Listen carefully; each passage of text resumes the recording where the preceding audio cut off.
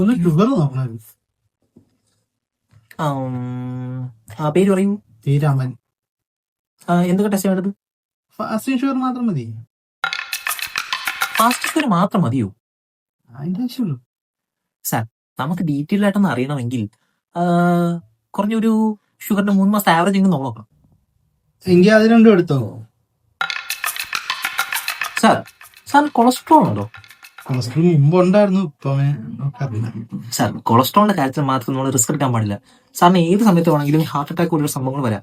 അതുകൊണ്ട് നമ്മൾ എപ്പോഴും കോൺഷ്യസ് ആയിരിക്കണം. നമുക്കൊരു ലിപ്പിഡ് പ്രൊഫൈലോട് നോക്കിയാലോ? ലിപ്പിഡോ? എന്റെ ആവശ്യമുണ്ടോ? പിന്നെ അതല്ലേ നല്ലത്. എന്നാ അതുകൂടെ എടുക്കാം. ഇപ്പൊ ഷുഗറും കൊളസ്ട്രോളും മാത്രം മതിയോ? അതിന്റെ ആവശ്യമുള്ളൂ. സാർ അങ്ങനെയാണെങ്കിൽ അടിക്കൂ. പണ്ട് ശകലം.